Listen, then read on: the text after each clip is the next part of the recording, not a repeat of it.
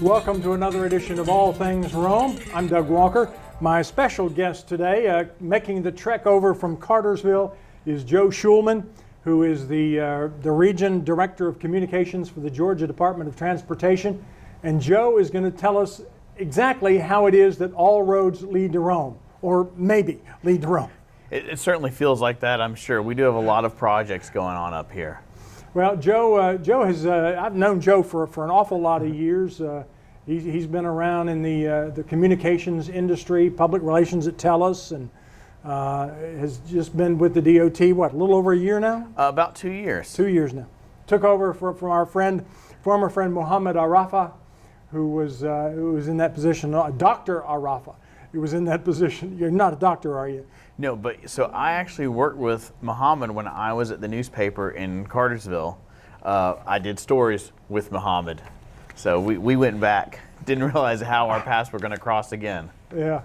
Well, I asked Joe to come in and be with us to talk for a while about some of the transportation projects in Rome and Floyd County, because we've got a lot that's on the books. We've got a lot that's coming up, and we've got a lot that have been on the books a long time that are getting a little bit closer to coming to fruition. So Joe, why don't you jump in? I guess probably the first thing, contracts have already been let for a couple of road resurfacing projects. Is that right? Yeah, we've got a number of them, and you'll see our guys out there. These road surfacing projects, we do them, throughout the area, and really it's just to improve the roadways, as they get used all the time.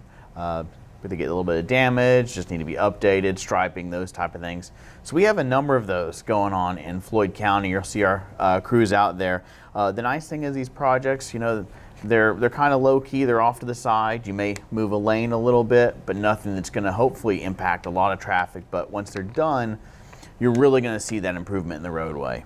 So we've got a couple on Highway 411. We're doing one from Chateau Drive down to the Bartow County line.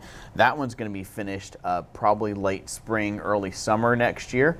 That one's finishing up. We've got one on the loop, and that one's going to be done in about the next 3 months. That one's going from Highway 1 to 20. So we're in the final stages of that one. And then we have one from 1 to 156, and that one should be done early next year as well. So all three of those coming to a close. And for folks who perhaps aren't up to date on all of the numbering and the phraseology, Highway 1 is what some people will refer to as US 27. And of course the loop is Loop 1, and that project, gosh, Joe, I think most of the resurfacing is probably actually already done on that, with the exception, we probably got some striping done. The most of it's pretty much done, and you mentioned the road names. It's funny, when I travel, so I cover 17 counties in Northwest Georgia, and every road, depending on if you're local, if you've lived there for 30 years, or if you're passing through, well, you're going to call it different things. And I know that from Cartersville. I know Highway 41 is Joe Frank Harris, or it's Highway 41, and sometimes it's something else. You just never know. So. Or is it Dean Avenue or Dean Street or Dean Boulevard or US 101 or Georgia, whatever. So those are primarily resurfacing projects. And tell me, why does the DOT typically do things like they do, like to the county line on 411? I think that's usually as a funding, and to just to have that delineation from the counties. Is my understanding of it. Yeah, not a real big deal, but just one of those interesting things, right. Perhaps. Now, we've got a couple of projects, Joe, that have been on the books for a long time that I wanted to talk about this morning, and I think one of them, we mentioned Highway 101, 2nd Avenue. That's going to be a big one. That's going to have a big impact on traffic here in Rome. That is scheduled for letting sometime maybe middle of next year. Are you talking about the bridge? From the bridge to the Floyd Medical Center. Yes, I think that one I believe is going to be let next July is what they're aiming for. And do you know anything about? And I know you're not the engineer, but part of that is going to involve cutting into the levee a little bit. Yeah. and then making a big improvement in the intersection there at the Floyd Medical Center. Yeah, I actually was somebody talked to me about that, and they said that's they're in the final stages of approving all of that part. You know, Rome, you guys have a few waterways through here, so it does make it a little interesting when we talk about projects, whether it's a road nearby, changing that type of stuff. You know, detours. It makes it a little more fun when we plan things through Rome, for sure. Well, and of course, you say from the bridge, that'll be the bridge over the Oostenaula River, right there on 2nd Avenue, and come to, and I think the project actually goes a little bit across Turner McCall / Shorter, and takes a little bit of right-of-way maybe from the Walgreens and close to the Bojangles right there. I believe that's the one, and it looks like if that they're going to, it's that Y intersection right there. Yes. And we're going to change that to be a 4-point intersection. It'll improve traffic through there and improve the safety of that whole intersection by changing that. So that Y is going to go away at some point in the not too distant future. Right, and that project's going to start in July of next year. Well, it'll let in July, so probably fall of next year, you'll start to see some work getting started on it. Now, as far as mileage goes, that's what, probably a quarter of a mile, maybe 3/10 of a mile, something like that. Yeah. In theory, and nobody's going to hold you to this. That's the most important part, yeah. In theory, how long should a project like that take, and how important part of when we talk about bidding, obviously the dollars are the big thing, but is completion time and the time somebody estimates to take the work, how big a part of the bidding process is that?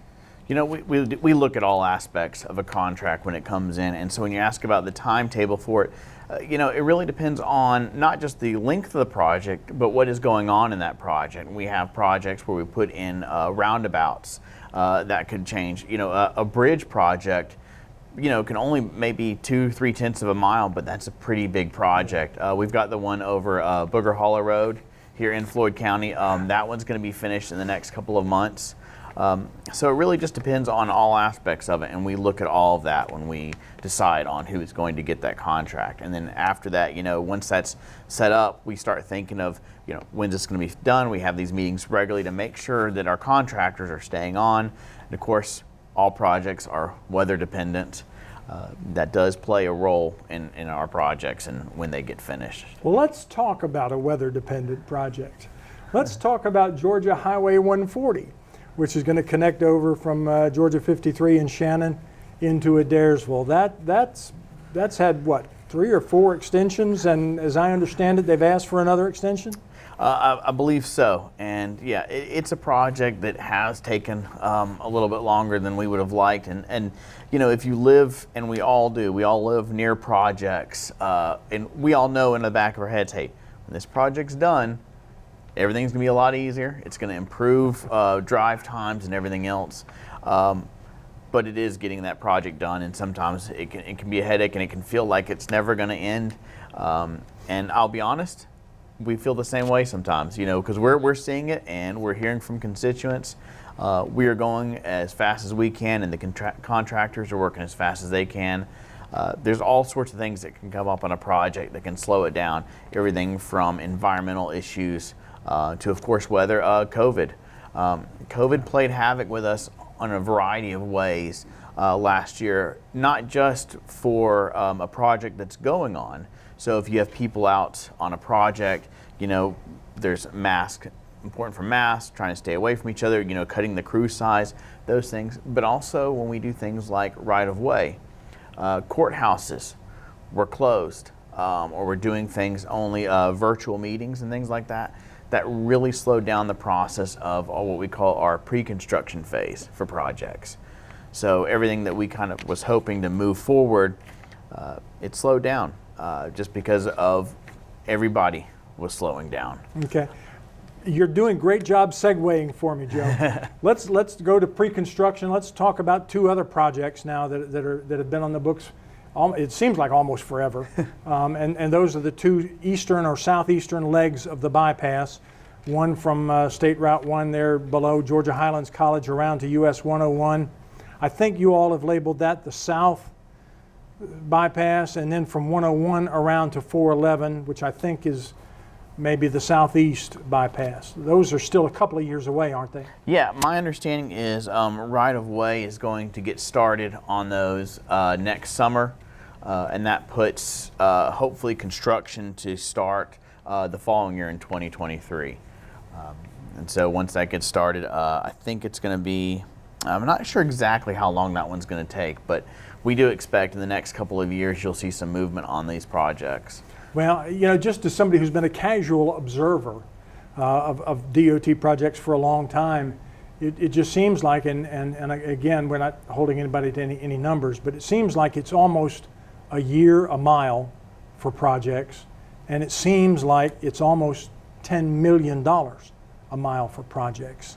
That's almost been a rule of thumb. Yeah, and you know, everything changes. We have projects, the way funding works, projects that we have planned out, you know, and that we think are going to get started. Sometimes they get shelved for funding, or something comes up that's an emergency project. You know, we are constantly moving our schedule around because, you know, we have a wish list of projects, whether it's for safety, improving roads, replacing bridges that, you know, are out of, you know, that, or it's at time. We have all these things that we're trying to put together, and it you know, funding and time. The contractors have to be able to get out there. They have to have the manpower to do all of these projects. You know, and the other thing is we don't want to do projects too close together. You don't want to be a motorist and drive through a project full of orange cones, drive a few feet, and then another project be starting up. Well, that's a good point, because if I remember correctly, maybe a couple of years ago, the Turner McCall Bridge replacement project, which is another, that's a little further down the road yet, but if I remember correctly, it was scheduled within the same year as the 2nd Avenue widening. And work on Turner McCall Bridge and 2nd Avenue widening, that just wasn't going to work. So your folks pushed that bridge replacement there on Turner McCall back a couple of years. Right. So that's actually one that, you know, is going to start. Right of way is going to start next year, and we think construction on that one's going to be probably 2024 because of the Martha Berry intersection that we talked about earlier.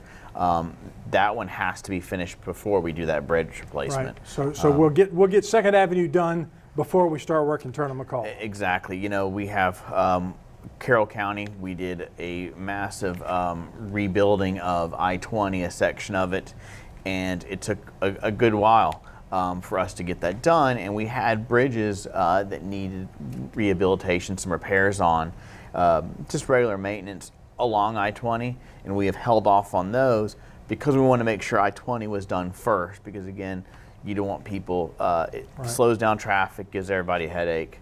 Well, you talk about bridge replacements. We've got a couple of those on the books too, don't we?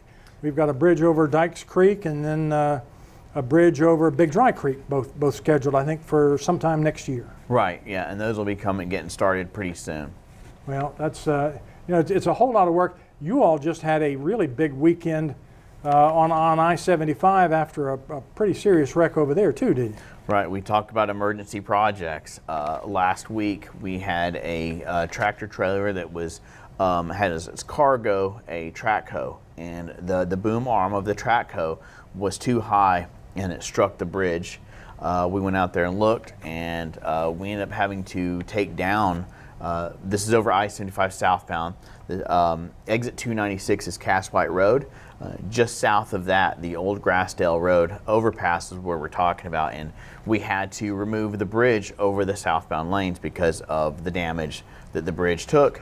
And this we shut down 75, and I do want to brag about our people. We shut down 75 for a few hours overnight. We opened up 1 to 2 lanes during the day, and then we now have all lanes open. Monday morning, we had all the lanes of 75 southbound back open. That's awesome. It's a shame the Cartersville to Rome, or Rome to Cartersville Economic Development Corridor wasn't a little bit further down the road. Right. Because that's where it's going to tie in. Absolutely. Get a whole new bridge, whole new project. Joe, thank you much for being with us. Thank you very much. We appreciate it. And thank you for being on another edition of All Things Rome. If you enjoyed this interview or perhaps learned something new, please hit the subscribe button so that you can stay right up to date on what's happening in Rome.